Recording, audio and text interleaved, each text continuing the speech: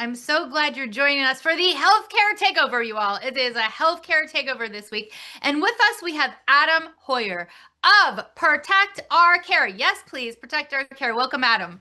Hi, thanks, Kristen. It's wonderful to be with you again. I'm so glad you're here, even if this is kind of a downer of a show. Healthcare is under attack right now in so many different ways, and it's not making the news in the way that it should.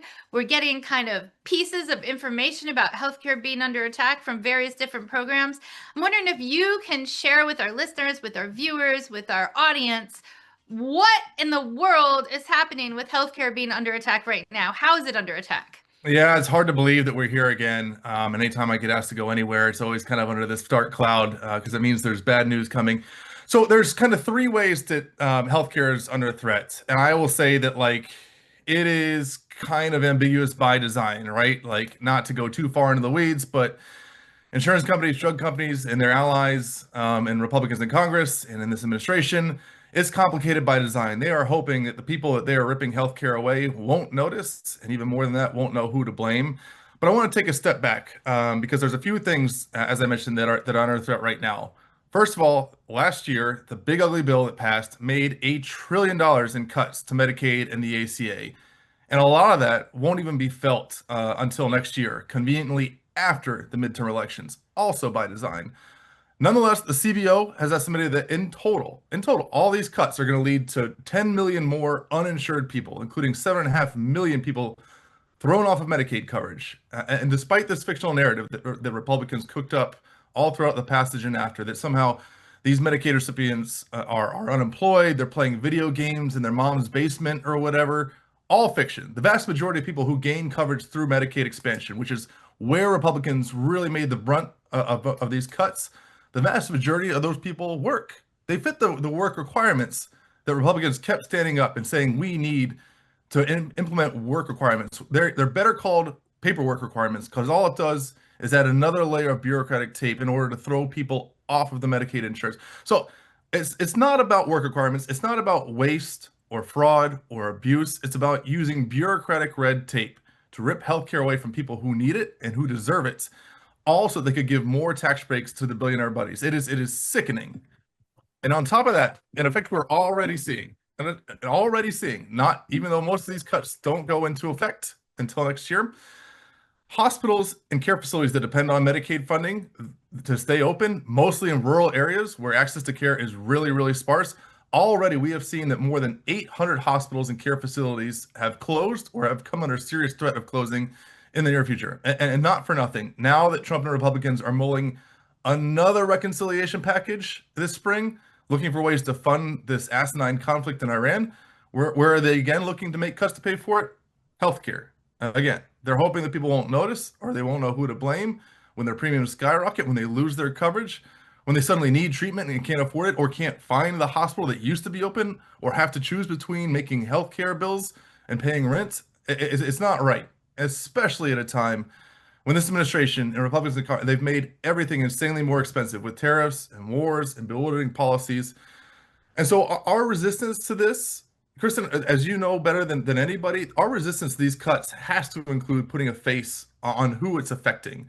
We can't let this narrative stand that it's lazy people who don't deserve coverage somehow. It's everybody. Every one of us knows someone or is someone who depends on Medicaid or the ACA. And the cuts that they made the ACA also are nonsensical. You think about the ACA, a program that passed in 2010, took effect in 2014. Ever since then, you could see the uninsured rate ticking down, down, down, down to where by the time Joe Biden left office, it was the lowest it had ever been. The ACA was the most popular it had ever been. People were the most satisfied with their healthcare in our nation's history. And what did this administration do and Republicans in Congress do? They took away the subsidies that were making insurance more affordable just because they got a vendetta out against Obamacare and they needed money to pay for their tax cuts to the billionaires. So what we're seeing, the uninsured rate going right back up, insurance costs skyrocketing, and people can't afford it at a time, as I said, when inflation is making everything else so much more expensive. It's not right. And we're heading towards a perfect storm of a disaster next year when those Medicaid cuts take effect. Our taxpayer dollars are intended for healthcare and are being realigned to go into things like military spending, to go into things like private yacht tax breaks, to go into things like human rights abuses in the name of immigration enforcement and cruelty. We don't want that. Taxpayers don't want that. Polls show that Democrats, Republicans, independents, libertarians, everybody wants access to health care. And yet the Republican leaders and Donald Trump continue to make cut after cut. What can people do? I know they're listening right now and they're like, whoa, it's actually worse than I thought. What can people do? Because solutions are possible. And I want listeners and viewers to know this. Solutions are possible. It's going to take persistence, but it's possible. So what's your take on solutions? I have three solutions, and they're not going to be satisfying. But I promise you've been in this space a long time. I've been in this space a long time. I'm old enough to remember the ACA repeal fight that we beat in 2017. It takes three things. One, speak up. Even if you live in a blue district in a blue state, tell your member of Congress, we cannot stand any more cuts to healthcare. Thing two, share your story. Even if you don't rely on Medicaid or the ACA or the subsidies that made it affordable so long, I'll bet you know someone who did, or, just stand up for the principle of it. Because as I said, this administration has done one thing really well since it took office, and that is distract. Every week, it's a new distraction, something that doesn't matter, some new fight that doesn't impact anybody, that doesn't make any sense.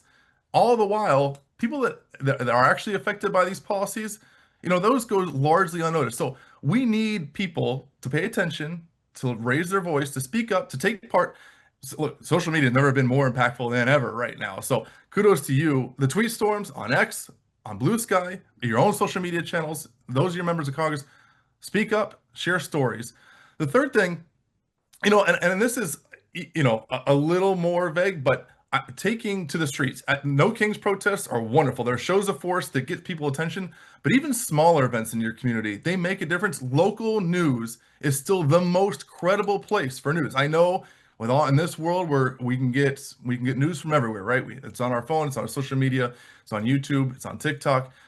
No one trusts those sources, even though they consume a lot of it. The one that people trust more than they distrust is still their local news, local newspapers. So getting stories in those outlets still holds a lot of weight. And you know who else reads those? Members of Congress themselves. So that's why I say, don't think that, you need to land an op-ed in the New York Times. You don't. Your local newspaper is the most credible source for other people just like you who need to know that these cuts have already taken place. They're the fault of Republicans, and they're looking to do even more this spring. That is so important. And can people get involved with Protect Our Care? How can people get involved with what you're doing? Absolutely. Of course, we got, protectourcare.org, but I would also say April is Medicaid Awareness Month, and there's never been a more important Medicaid Awareness Month, I would argue. You can go to MedicaidAwareness.com, and there you'll see a lot of resources, not just messaging and talking points, but also stories of those who are impacted, who you might not realize. And, I know people think about storytellers, and especially healthcare storytellers, and they think and we've probably all heard these really impactful, compelling stories that really tug at your heartstrings, and those matter a lot. They make a difference.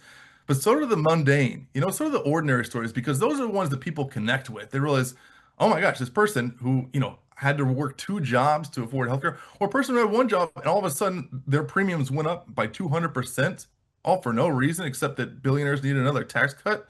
Those resonate with people because then they realize how many people are affected by these nonsensical cuts. So, like I said, don't think that your story is not somehow compelling enough to share. It is, I promise you, and it's more of a numbers game. So share your story, encourage others to share their story, and before you know it, we're going to be a force that's tough to ignore.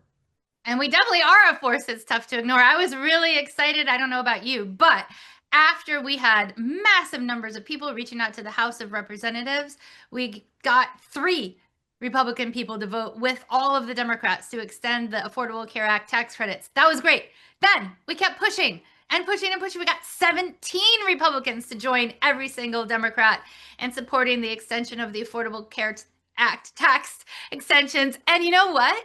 It passed the U.S. House. Now it's stuck in the U.S. Senate right now. The U.S. Senate is doing lots of other distractions, disasters, all kinds of things are happening. But the important thing is that when we push, we do win. And so now we need to keep pushing on the Senate to extend the Affordable Care Act tax credits. And then we also need to push on every single person to say, hey, stop cutting healthcare. In fact, reverse the cuts. And I want to talk about that for a minute, about expectations. So when you were talking about this long, ridiculous list of people that Republican leaders and Donald Trump are saying, should be pushed off of specific programs, right? Okay, that's ridiculous. In most countries in the whole planet Earth, you get access to healthcare no matter where you live or work or what you do, right? Like, we shouldn't be arguing like, oh, this person should and this person shouldn't have access to healthcare. I get so annoyed that we're having to argue about these specifics related to specific programs. In my heart of heart, and I bet in yours too, we just need healthcare access for everybody. Everybody gets sick. I don't know a single person who has never needed, some type of doctor experience at some point in their life, and everybody needs a chance to get better. So what's your take on the next leap forward? Say that we save all of these important programs. Do you think that we together deserve a unified healthcare program where if anybody gets sick, they get a chance to get better? So we don't have to keep arguing about these ridiculous specifics that are made up distractions. Kristen, the answer to your question is not yes. It is hell yes. Healthcare is a human right. Everyone, there is no who deserves it, who doesn't. We all are entitled to healthcare. You believe that, I believe that. It's a truth. Anyone who has worked in healthcare advocacy or especially direct care knows this to be true. And I'm sorry that we can't have that debate right now because of who's in charge. But I will say this, when Barack Obama passed the Affordable Care Act, and I know same thing then, right? Like, it wasn't what everyone on the left wanted. It certainly wasn't what people on the right wanted, myself included. Like, a lot of us hoped it would do more, but we had to take what we could get at the time. And President Obama at the time described it as a starter home, right? Think of it as like, it's not ideal, but over time you add to it. You make it better, you make it bigger. And that's exactly what happened through his administration and through Joe Biden administration. And so the idea was that one day, yes, we would obtain universal coverage. It should not be that difficult in any country, let alone the most prosperous country on earth. But this is where we find ourselves. And especially now when Republicans are hell-bent on taking it apart piece by piece, and those pieces are getting bigger. So here's what I'd say. If we can maintain the ACA, we kept it from being repealed once, we got to maintain the ACA as it stands so that we can continue to build on it in future administrations. We have to keep as much Medicaid intact as possible because that also plays with the ACA, right? The ACA expanded Medicaid to people who are up to 133% of the poverty level. So that's another place that Republicans have taken target, even though, as I've said before, those people work. They're not unemployed. They're not in their mother's basement playing video games. They work. We're just putting unnecessarily cumbersome requirements in the form of paperwork on them. I would say if we can weather this storm and if we can win more elections this year in the cycle left, and I know the blue team is tired of hearing that. I'm tired of saying it, but unfortunately, it's the necessary evil where we are right now. If we can win elections, and by the way, the most salient political issue right now is healthcare. If you ask voters, especially independent voters, what do you care about the most right now? It's not all the distractions. It's healthcare. It's healthcare costs. It's costs generally. This is how we can win. This is how good guys can win in November again this year. And when we start taking back seats, and eventually when we take back the White House, then we can continue building on what was once that starter home in the ACA, and we can get toward our shared dream of having universal coverage in this country. I agree with you 1000%. I'm so thankful for your leadership, for all you do. Thank you for being on with us today. Thank you for keeping the fight moving forward for healthcare. Thank you. You're the absolute best, Kristen. It's wonderful to be with you. Thank you. You too.